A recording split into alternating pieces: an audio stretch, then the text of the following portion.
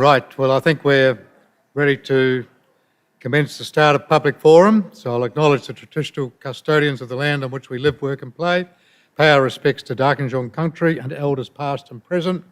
We recognise the continued connection to these lands and waterways and extend this acknowledgement to the homelands and stories of those who also call this place home.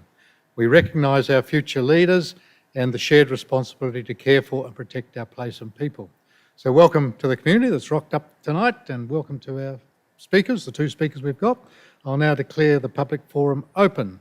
And I'll remind people that we're holding the public forum today to hear from community members who have registered to speak on an item that is before the council meeting tonight. And I ask that the community members be listened to in silence and with respect. Also wish to remind the speakers, and indeed everyone here present today, that this forum is being webcast. This means that your image and what you say will be broadcast live to the public, and it is also recorded. Please be mindful of what you say and avoid making statements that may defame or offend anyone. Council will not be responsible for your actions. We'll move to disclosures of interest, and do any staff, I don't believe there are, have any conflicts of interest to declare for this? No. So we'll move to that. And just a reminder to the speakers, register to speak, that your presentation is being live streamed and recorded, and you each have 3 minutes to address the council. I believe there will be a warning buzzer at 2 minutes 30, which means you've got 30 seconds still to go, and I would ask you to wrap up then. So we have the following people requested to speak at the public forum tonight. The first is Mr. Kevin Brooks, who's going to speak on 2.4, the 23-24 Q2 review. Welcome, Kevin. Always look forward with interest to what you're going to say.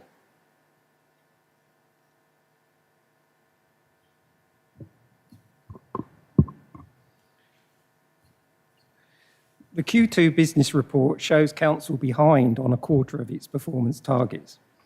And this number would be even higher but for errors and over-optimistic reporting.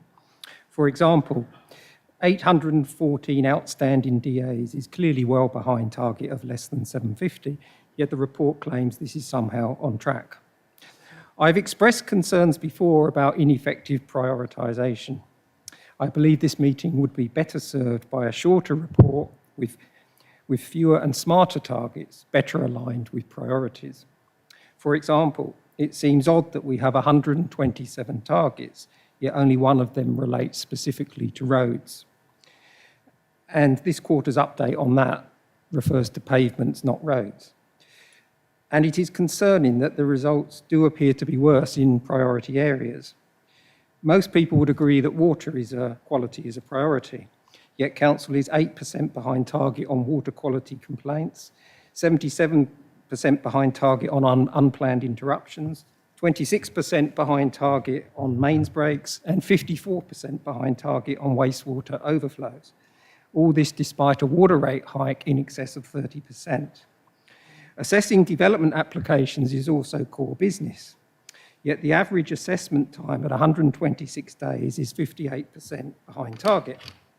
Over the past year, we've been told repeatedly that council is finally processing more applications than it receives. If so, why is the average assessment time worse than 12 months ago? Go back even further, of course, and the average assessment time has doubled since the second half of 2020-21, when the current administrator and CEO were appointed. To understand part of the reason, look at the YouTube video of the council meeting held on the 23rd of March 2021. In that video, you can see the CFO explaining that the administrator's voluntary redundancy programme was applied evenly across the organisation. That means there was no prioritisation. Higher priority areas were cut just as much as lower priority ones. 50 minutes and 5 seconds into the video, the Director of Planning explains the impact of this on his directorate. He states, and I quote, "In terms of reductions to service levels, the key service reductions will be in the assessment of DAs and planning proposals." He tells the meeting unequivocally this will mean an increase in DA assessment times. It is time to acknowledge that the current crisis with DA assessments was kick-started in this civic centre through a poorly designed voluntary redundancy programme and insufficient prioritisation. More broadly, the quarterly business report is an opportunity for leaders to accept responsibility, diagnose the causes of poor performance and present actions plans for improvement. So when this report is presented later this evening, final sentence, I encourage Council to forgo defensive spin and excuses and engage openly and constructively with the community in that spirit.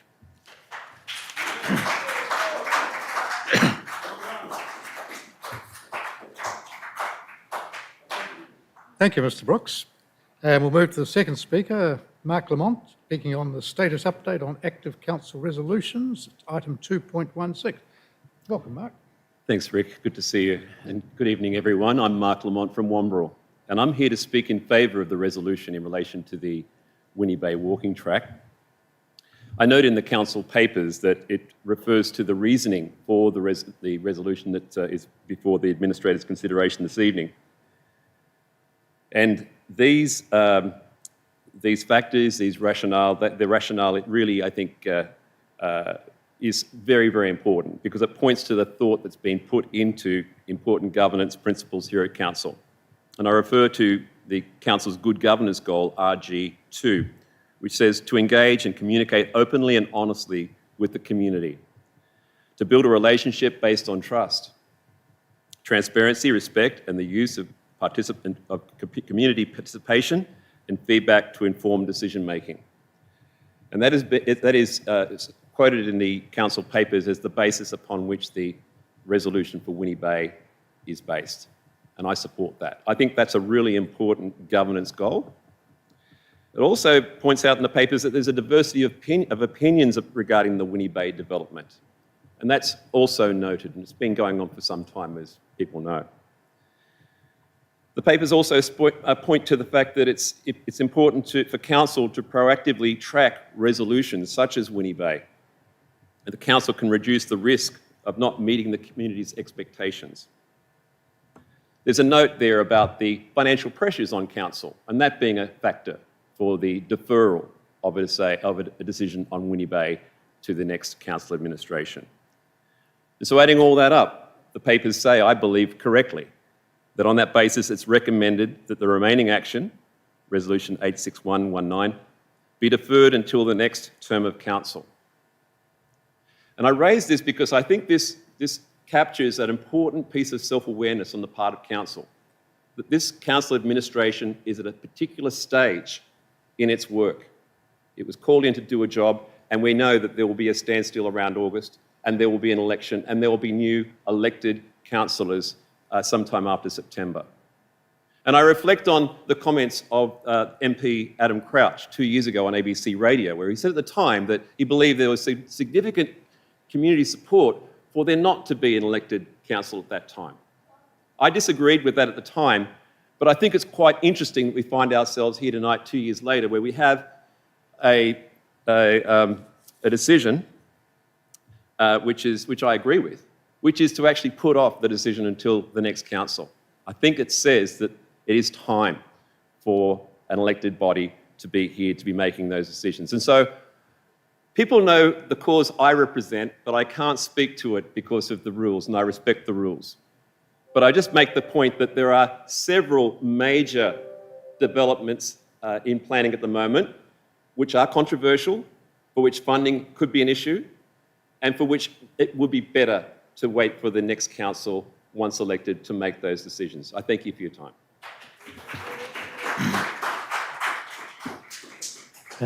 Thank you, Mark, and I would have to add that I strongly agree that having an elected body back will be a good thing. And you may recall that I think 2 years ago I actually said it could have occurred 12 months ago, but the state chose not to take that advice. Anyway, with that, we will conclude public comment for this evening, and we will declare it closed, and people are welcome to stay and or go home and watch the public meeting, which will commence at 6:30 on the internet. So with that, we will break for the present time and reconvene at 6:30 for the council meeting. Thank you.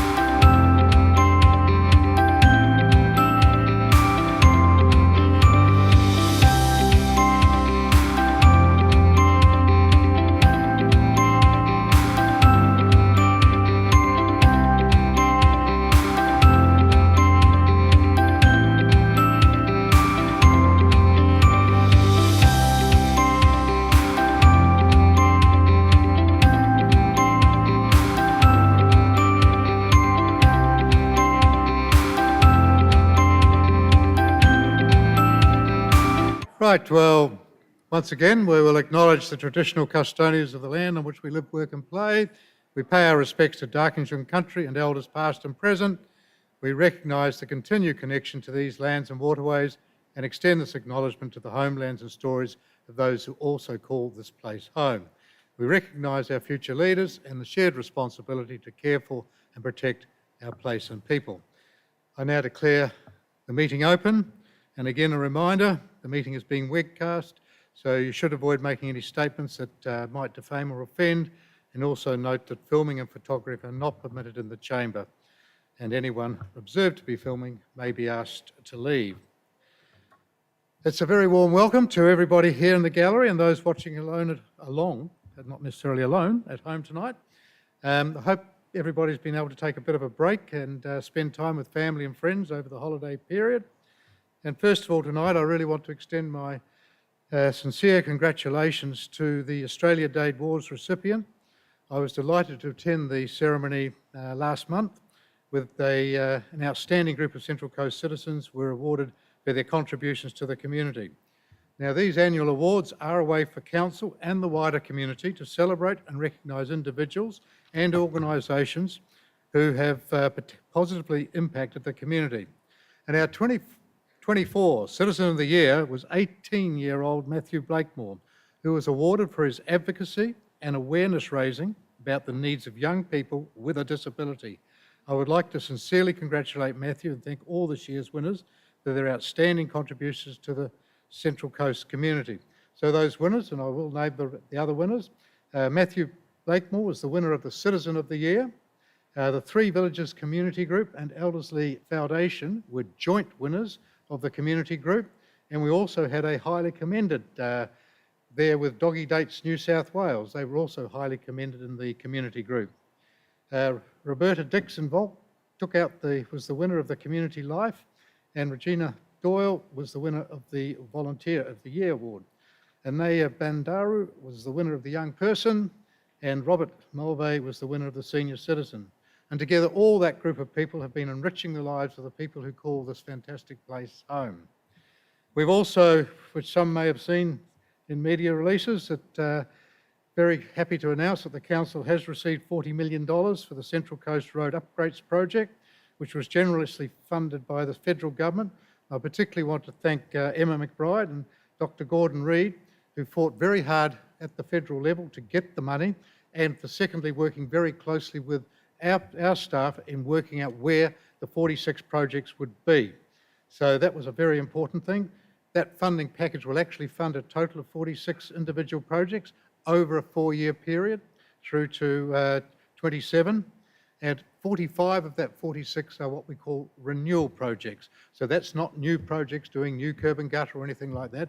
It is purely renewal of the road surface, and we've been able to do that, which we've been doing for some time now, is working with both the state and the Commonwealth to make sure that funding or grant opportunities are for renewal works rather than for new capital works. Projects there have been grouped into 2 programs. They will involve road pavement upgrades and road and drainage, and these will benefit the roads right across the Central Coast. The program of priority work addresses Council's high priority roads contained within our advanced pavement management system, and for all the information you want to find on this, visit the Council's interactive capital works map on Council's website. You'll find the individual projects listed there and shown there. Summer has been very busy and filled with events this year, now that COVID's disappeared, with Love Lanes lighting up the streets of Wyong earlier this month, bringing together makers and creators from all over to celebrate the history and beauty of Wyong. Council is also running the Seniors Festival this year, which is back from the 11th to the 24th of March, and don't miss the annual Seniors Expo on Thursday, the 21st of March. The Summer Safety Campaign, our Summer Safety Campaign has been running all summer long. We ask the community to continue their vigilance when it comes to safety as the warm weather continues. Be informed, be prepared and be safe. And of course, principally, I'm referring about driving and our beaches. Works at the entrance channel. Earlier this month, I met with the community members and council experts and the member for the entrance, Mr David Meehan, MP, on site at the entrance channel to discuss council's next stage of works at the entrance channel. We have begun what we call preemptive works at the channel, where we are actually ensuring that it is ready or flood ready for, I guess, mainly the autumn and the winter. And we're doing that by establishing a pilot channel that can be connected to the ocean. So it won't be connected to the ocean at this stage, but we'll carve a channel which goes sort of 3/4 of the way. So we're ready just to do the last bit, should we need to, if intubation triggers are reached. So Council is continuously monitoring the channel condition through real-time data, including remote cameras, satellite imagery, and gauges, monitoring the tidal range within the estuary, as well as forecasts of catchment inflows and lake heights. And through this continued monitoring, Council remains prepared and ready to undertake that early intervention at a channel if a flood event is expected. However, it is important to note that the foreshore of Tuggerah Lakes, it will always be flood prone, regardless of the channel's configuration, and further information about flooding on the lake is available on Council's website. And basically, lastly, I just want to remind people yet again that, as I said all last year, I want to remind people that anyone who feels like they might like to have a go at being elected as a councillor, you're welcome to come along and have a chat to myself. More importantly, you can come along on the second of our 3-part series of candidate information sessions here at the Wyong Admin Building on Tuesday the 9th of April at 5:30 for a 6 p.m. start. So my office is always open to receive anybody who wants to come along and talk about what it's like, what you have to do, and what the time involvements are, etc., etc. And any more information that you might want about this session, reach out to Council or to my office directly. And that will close my opening comments tonight, and we will have a cup of tea and a cup of coffee, and self-served, I might add, and maybe a bicky or two up the back afterwards. We'll move on to the Council agenda proper, and item 1.1 is, again, disclosures of interest. I have to check that none of the executive have any disclosures of interest. There are none, so we will now adopt the resolution that is shown on the screen. Item 1.2 is confirmation of minutes of the previous meeting, and of course I was at the meeting, so I can confirm that the minutes are full and accurate, and so I will now resolve to adopt the resolution that is shown on the screen. Item 1.3, notice of intention to deal with matters in confidential session. There are no matters to discuss tonight in confidential session, therefore we will adopt the resolution that is shown on the screen. Into the substantive stuff for tonight's agenda, and we will consider the first 3 reports, which is the monthly finance report for December, the monthly finance report for January, and the investment report. We'll consider those all together, and I'll ask Ms. Rakamallara to talk to those. Thank you, Mr. Administrator. As most people would be aware, Council reports monthly on financial matters, and tonight's agenda includes the monthly reviews for both December and January, and also the investment report for January. The December investment report was presented to last month's Council meeting, and the reason why the December financial report has been held over a month is that the holiday season delays our accounting and review activities, and as it's also the end of the quarter, these are more extensive than other months. So getting into the detail of the reports, at the end of December and before the proposed Q2 adjustments, Council had an adopted end-of-year surplus of 5.6 million, and as income and expenditure do not occur evenly throughout the year, plan to be in a small year-to-date deficit of $300,000.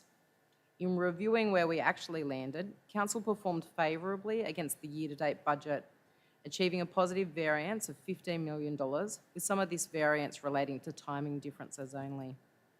The budgets have been reviewed and refined in Q2 to align funding and anticipated timing of expenditure with service delivery, and I'll touch on these adjustments at the Q2 report presentation. Prior to those budget adjustments, Council also undertook a January review. Throughout January, we continued to perform favourably against the year-to-date budget, achieving an operating surplus of $29.8 million. Excluding the water and sewer funds, Council achieved a favourable variance of year-to-date budget of $23 million.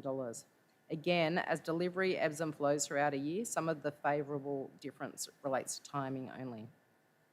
Progress on capital works continued across the two periods with ongoing investment in assets. Throughout December, we remained on track with delivery and expenditure schedules, and by the end of January, capital expenditure was slightly ahead of the year-to-date budget at $114.1 million, and we were on track to fully commit the 2023-24 financial year budget, including the delivery of additional grant-funded projects as included in the Q2 budget review. As you can see from the investment report, as at 31st of January 2024, Council held $741.4 million in cash and investments. A total of $431.5 million was held in the Consolidated General Fund, with the remaining $309.9 million in the water, sewer and domestic waste funds. The investment portfolio attracted rates as high as 6.4%, with the weighted average yield being 4.67%, and therefore we performed favourably against the bank bill swap rate benchmark of 4.31%. Across both December and January, Council held an adequate level of unrestricted cash, which enables us to fund operational requirements and to cover loan repayments. At the end of January, an adequate level of cash continued to be held in the General Fund, and after offsetting the drainage unrestricted amounts, there was $56 million available. The water, sewer and domestic waste funds also held positive unrestricted cash. After extinguishing one of the emergency loans in December 2023, Council has now commenced setting aside funds to enable extinguishment of the remaining emergency loan in November 2025, to this end restricting $1.4 million each month. As at the end of December 2023, Council continued to perform strongly against all industry benchmarks, particularly against the operating performance and liquidity ratios, and is tracking well to meet the asset renewals ratio. Budgets have been reviewed and refined in Q2, and there is a paper presented in the agenda on that tonight. Thank you, Mr. Administrator. Thank you for that. Probably not a lot to add to that, other than it's fairly obvious that we're currently on track and doing reasonably well. It's just one comment. I'm just not sure whether Mr. Brooks is still here. Yes, he is. I'm surprised he didn't just raise the fact that if you had a look at the January forecasted outturn, that's actually still the same, whereas the quarterly report actually has a higher figure in it. So I have asked staff to sort of make sure that the month following actually does reflect what was in the month prior, which is the 6 monthly one, as for a forecasted year-end position. So that's one thing. I think the other things, which is good news, we're still maintaining the cash position, which, as you well know, was one of the Achilles heels of the previous council here. So that's being maintained with strong discipline. And also, I've probably got to say that when I see surpluses running through of $17-odd million, I would be hopeful that we might have a little bit more of a surplus at the end of the year than we're currently showing. But I'll leave that to the staff to determine.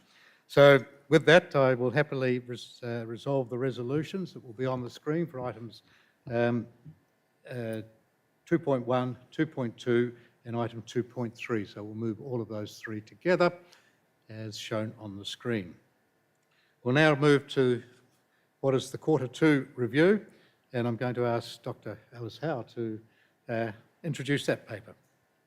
Thank you, Mr. Administrator. This report presents the Q2 business report for this financial year, which provides a progress update on our delivery of commitments made in the operational plan. At Q1, Council resolved to vary 8 of the originally adopted 115 deliverables and to add a further 12, bringing the total to 127 for this quarter. A further 2 deliverables relating to reporting of water and sewer services and the species management plans are proposed to be amended as outlined in the report. Of the 127 adopted deliverables, 76% are either completed or on track, and 24% are delayed at this halfway point in the year. Deliverables that are behind target include water and sewer reporting, which Mr. Loader will speak to in relation to item 2.5, 2 out of our 5 DA metrics, which, while improving, are still behind where we're aiming to be at the 30th of June, and completion of some strategic documents, including the draft Central Coast Airport Master Plan, the draft Employment Land Strategy, and the draft Tuggerah Lakes Flood Study. In relation to Mr. Brooks's suggestion for improvements to the report, I note that the structure of the current suite of integrated planning and reporting documents was set by the previous council and is currently under review for consideration by the incoming elected council. The proposal to simplify reporting has also been raised by others and will be considered as part of that process. Highlights for the quarter include distribution of over $237,000 in grant funds for community projects, which brings the total for this year up to just under $1 million. Attendances at the Art House, Laycock Theatre and Peninsula Theatre were strong, as was attendance at community events. Little Turns commenced a successful breeding season, now concluded at Karagi Point, and there was strong community engagement with our responsible pet ownership program. Excitingly, our Destination Central Coast program has made the finals of the International Green Destination Story Awards, with the winner to be announced in Berlin later next month. In terms of capital works, the program is progressing well and is slightly ahead of budget.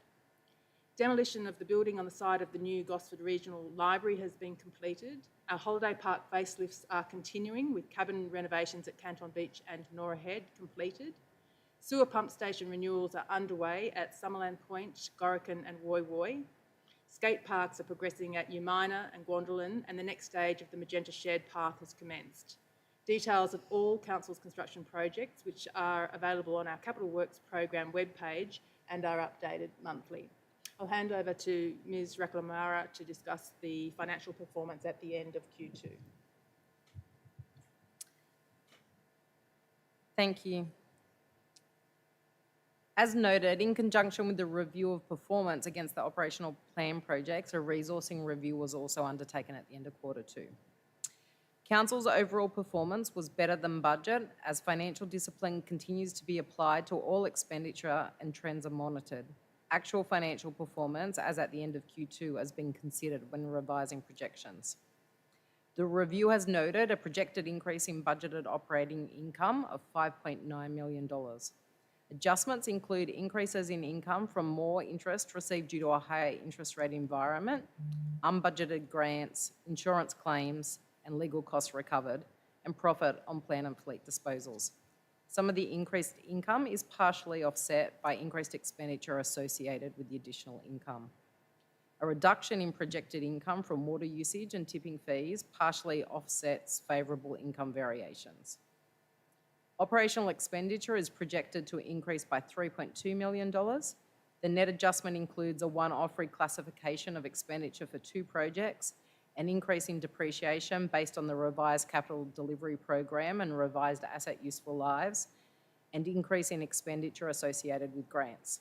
Projected expenditure increases are partially offset by savings in plan and fleet, reduced external legal expenses, and a reduction in expenditure budgets to reflect the anticipated delivery of works.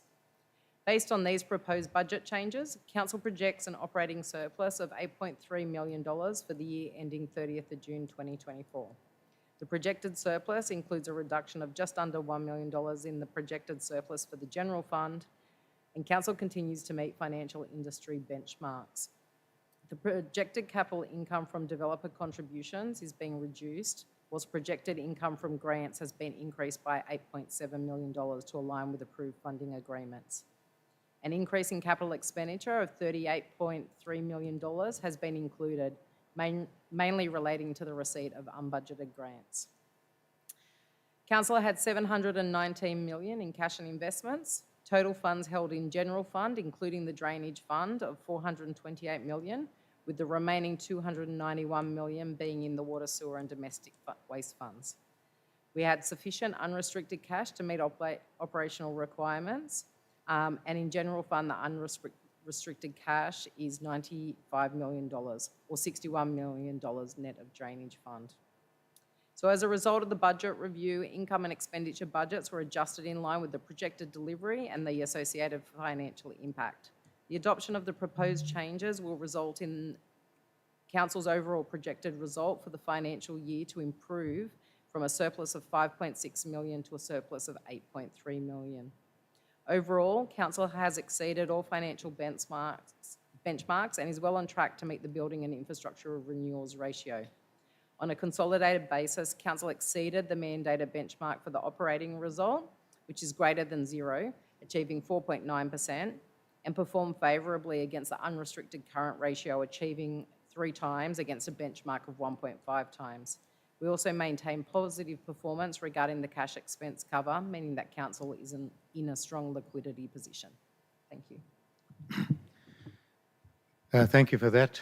Again, there's not a lot of commentary that can be made about it other than we're doing reasonably well at this point in time.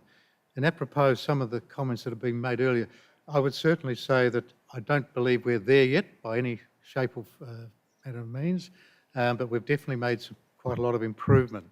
And we will be in a position, hopefully by the end of this calendar year, where the council will have actually repaid the $50 million that it's also outstanding. If they can pay it earlier, and as I said, I'm hopeful there might be a little bit more surplus generated than they're forecasting at this stage, then clearly it can be repaid a little bit earlier than that. But that will mean that in the 3-year period, I guess 4 years nearly coming up all time, the council will have been able to repay the $150 million in total that it had to draw down to recapitalise the business back in November, December in 2020. So that will leave the new council coming in with a little bit more flexibility, and they will have a strong financial performance behind them, and they will be able to keep that going with proper good governance. As was suggested by one of our speakers early on, with good governance, there's no reason at all why the organisation should drop back into the bad old days. So with that, I'm just going to move to adopt the Q2 business report as shown by the resolutions on the screen.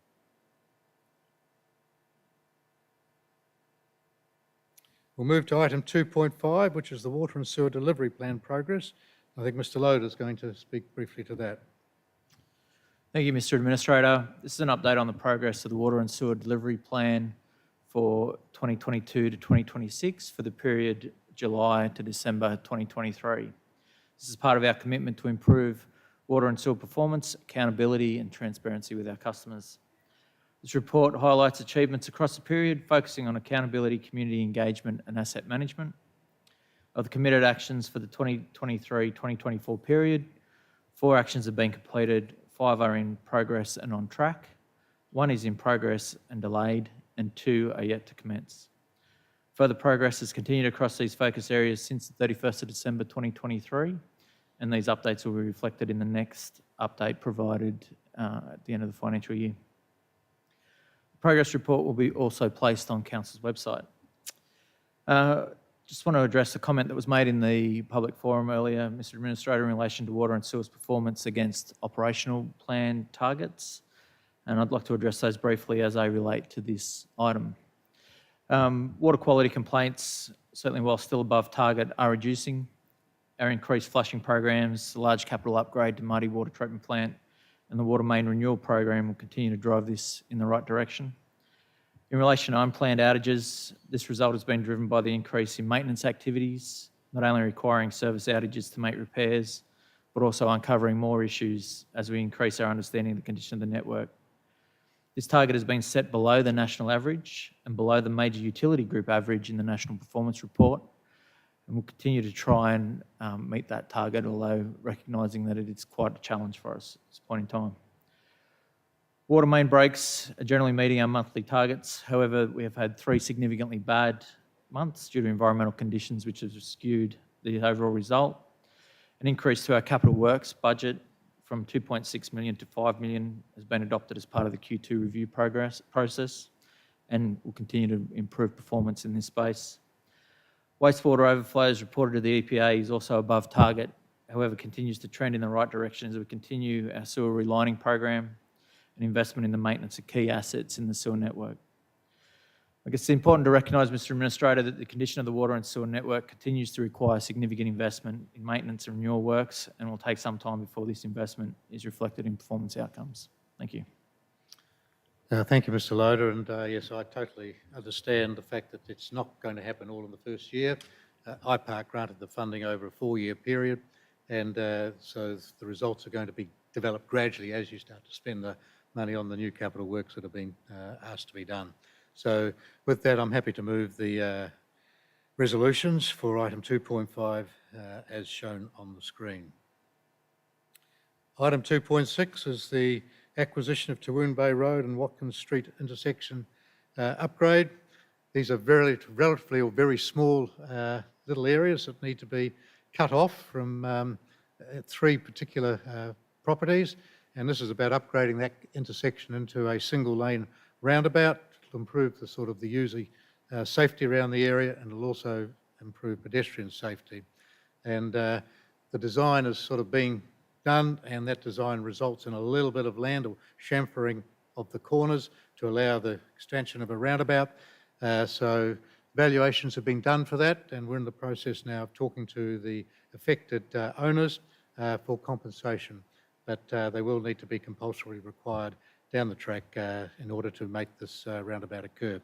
So with that, I'm going to move the recommendations that are shown as on the screen for item 2.6, authorising that.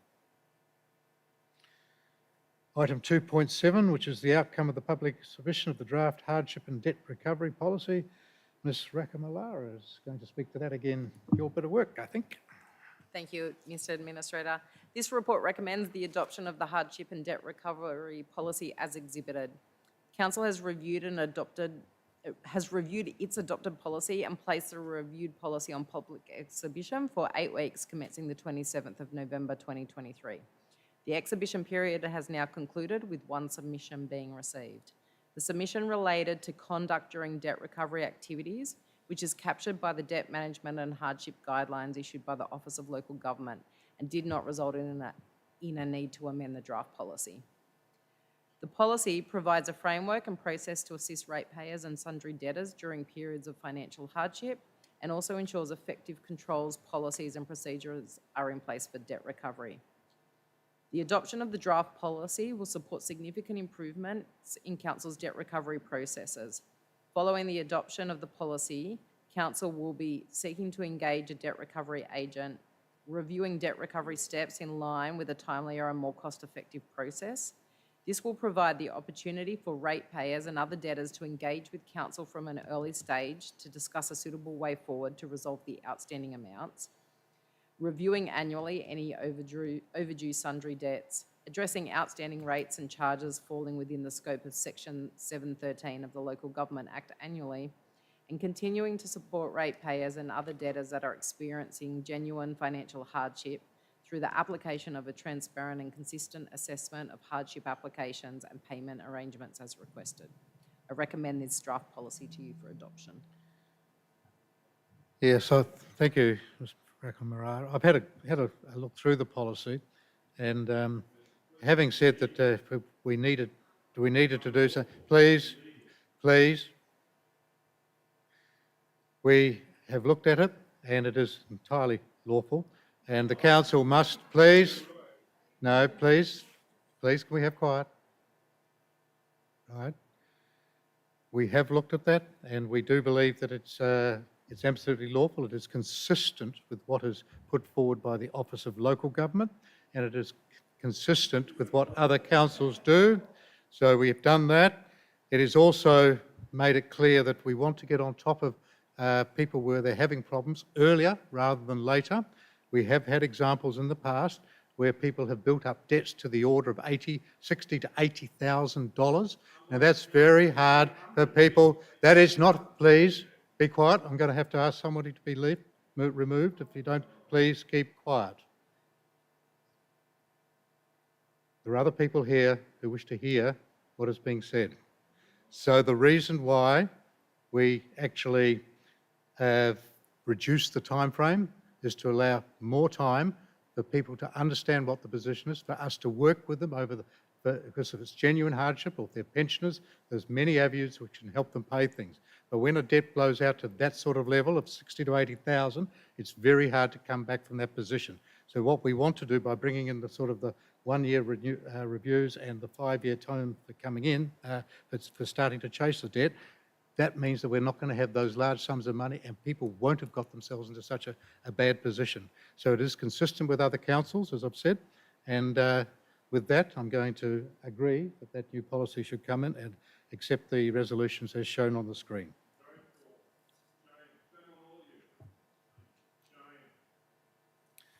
Item 2.8, which is submission to the Department of Planning, Housing and Infrastructure on the proposed TOD program and low mid-rise housing reforms. Dr. Howe. Thank you, Mr Administrator. DeFi has recently exhibited changes to the New South Wales planning framework for transport-orientated developments and low and mid-rise housing. Both of these reforms seek to address the New South Wales Government's commitment to the National Housing Accord. The low and mid-rise housing reform seeks to speed up the delivery of a greater diversity of housing stock in the medium density bracket. The reforms target centres and transport corridors identified as being well-located areas. The transport-orientated development program seeks to encourage sustainable and mixed-use development around established transport corridors, including Gosford, Tuggerah and Wyong. The DeFi consultation period took place over the holidays and did not permit these matters to be considered by Council. The staff submissions, which were made at that time, support the intent of the Housing Accord and make recommendations to improve the delivery of housing supply and are provided for consideration in attachments 1 and 2 of the report. The key feedback in both of these submissions is that the existing planning controls on the Central Coast generally deliver the same or better outcomes as those proposed in the reforms, with the exception of sites with environmental constraints, such as flooding around Tuggerah train station, and that the reforms have been rushed through, which doesn't allow for unintended consequences to be addressed. For example, the reforms add additional complexity for applicants and assessing officers to unpack which particular controls apply at which particular location. That will likely slow down rather than speed up the assessment process. Thank you. Yes, thank you, Dr. Howe. I was present at a meeting with the departmental head or departmental secretary of the Department of Planning, Housing and Infrastructure in a conversation around this, and they did accept that our current planning controls would largely provide for the housing targets that we believe will be coming. We haven't got targets at this point in time, but we believe we will get targets. And I think, as Dr. Howe mentioned, I think we will be able to achieve that within the current planning controls that we have. Basically, being short, Gosford clearly is an area we're quite strongly supportive of. We are putting in more infrastructure in there, particularly water and sewer, to be able to accommodate more housing there. I think we've got something like 18,000 approved flats or units there already approved. So that's already approved, but it's not been built yet, of course. As Dr. Howe mentioned, Tuggerah does not really stack up, because clearly when you go past there, and if you're heading sort of south, clearly on the left-hand side, you've got a lot of flood-prone area, you've got sporting fields, you've got a whole range of other things which you wouldn't want to put residential into. And on the other side, you've got a lot of mixed use and industrial, which again, you want to keep jobs. So it's not really the sort of area that we believe is appropriate, but while we can accommodate, and the current planning controls will also allow us to do a fair bit there. So with that, I'm happy to endorse the proposal that the staff have put together, which they've already submitted, but I'm happy for Council to endorse that response, that submission, as a resolution of Council as shown on the screen. Item 2.9, which is a submission on the local infrastructure contribution practice notes. Dr. Howe again. They keep throwing things at us, don't they, the government at the moment? So this is another opportunity for input to DeFi's proposed updated practice notes for the New South Wales Infrastructure Contributions Framework. The report proposes that Council make a submission to the exhibition of the draft practice notes via the required feedback form as provided in attachment to the report. The submission is generally supportive of the reform. It does create a more simplified process in our view. We do propose some clarifications, such as where section 711 and 712 contributions should be applied as outlined in the attachment. Thank you. Thank you. Yes, it's another submission that we're putting in. I support the submission. And with that, I'll approve the resolution as shown on the screen. Now we move to item 2.10, which is the Central Coast Local Planning panel. And just wait till I get to that. So currently we have a local planning panel, as probably most people here realise. It's a pool of members that is appointed at the meeting, and it comprises 4 members from the pool, being the chair, and there are alternate chairs nominated by the Minister for Planning. There are 2 professional panel members with expertise in urban design, urban planning or other related fields, and they have been appointed by council from an approved list of candidates which are endorsed by the Minister for Planning, and we have one community representative selected from a pool of members that are actually appointed by the council. So that's what the panel's like, and what the government has asked us to do is to extend their term for another 3 months through to the end of June this year, because by then they will have approved a new panel for us to make choices from. So at that stage, council will choose a new set of panellists from that new list that the department, no doubt, will come through the Department of Planning, Housing and Infrastructure. So they will come up with the list and we'll be able to re-choose it. So all it's doing is reflecting the fact that the government has asked us to roll these people, the current panels, over for a further 3 months. So with that, I'm happy to do that, and I'll therefore move the resolutions as shown on the screen. We move to item 2.11, which is variations to development standards from the October to December 23. And Dr. Howe, I think there's a little bit of news there. So this is our regular quarterly report of variations to the development standards described in the Central Coast Local Environmental Plan. This quarter, 10 applications had variations to a development standard of less than 10%, which means they were determined by staff, and 5 with variations greater than 10% were determined by the local planning panel. The variations are described in the attachment to the report. This recommendation is a little different to usual, however, in that it's asking Council to note that this information about variation to development standards is now available in real time via the New South Wales Planning Portal, and seeks a resolution to discontinue the quarterly reporting to Council now that this new functionality is available in the Planning Portal. Yes, so as Dr. Howe has mentioned, that it would be now a double up if we continue to report it via this methodology, which has been, the method to date.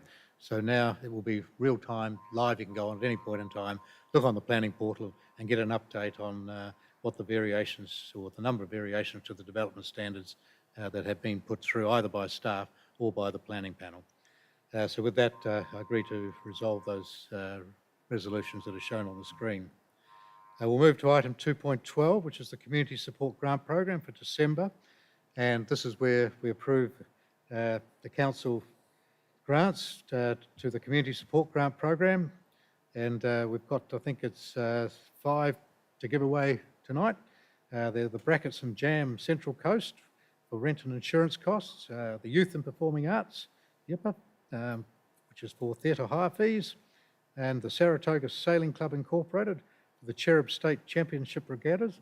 Incidentally, I started my sailing career, which has been very long, actually sailing cherubs. They're a fantastic boat, given they must be probably 70 years old now as a class. The YFC Care Limited, the Aspire program, and the Gosford Showground Land Management. So all of those have received a grant, which will go to help them, just do what they were planning to do. So with that, I'll happily move those grants as shown on the screen. Move to item 2.13, which is minutes of the advisory group and committee meetings held.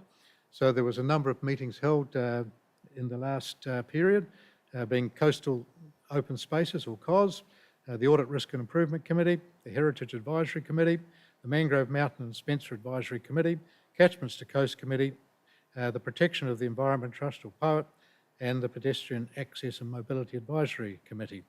So those have all been held last month or so, and the minutes for most of those are up on our website. They haven't been authenticated yet by those committees. That will happen at their next meeting, but the minutes are up there for all to see.